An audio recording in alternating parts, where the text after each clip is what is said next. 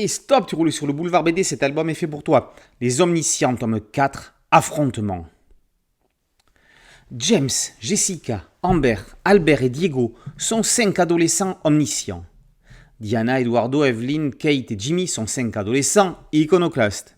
Ces deux groupes d'adolescents atypiques sont au cœur des préoccupations non seulement des chercheurs, mais surtout à présent des politiciens. D'autant plus que Julia Gross vient d'accéder au poste suprême, celui de présidente des États-Unis, la plus grande puissance mondiale. Pour se mettre les omniscients dans la poche, la nouvelle élue cherche à faire acquérir à Diego la nationalité américaine. À Central Park, la remise sur pied de la porte d'entrée de Tazmedia, l'ancienne cité Tazmed, est le nouveau point de départ de la compétition qui oppose omniscients et iconoclastes. Si les premiers encouragent la collecte du savoir absolu, les autres militent pour son arrêt.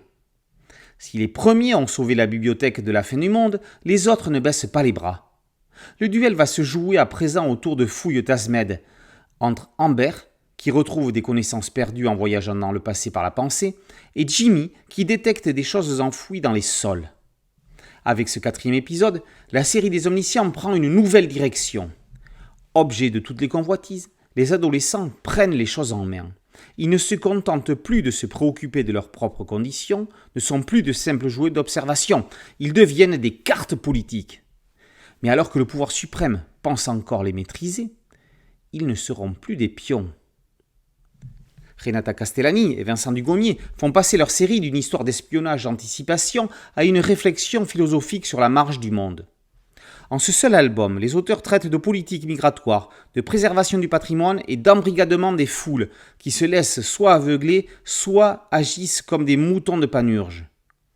Au fur et à mesure des duels, des bâtiments de la ville, certains, eux-mêmes anciens, sont détruits.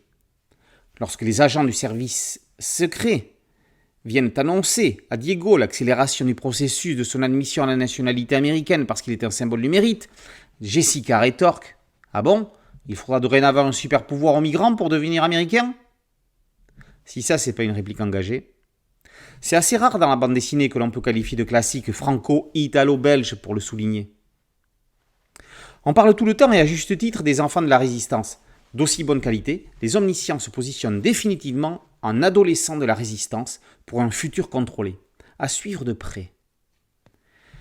Les Omniscients, tome 4, Affrontement par Dugommier et Castellani, c'est paru aux éditions du Lombard. Boulevard BD, c'est un site dédié, un podcast audio et une chaîne YouTube. Merci de liker, de partager et de vous abonner. A très bientôt sur Boulevard BD. Ciao.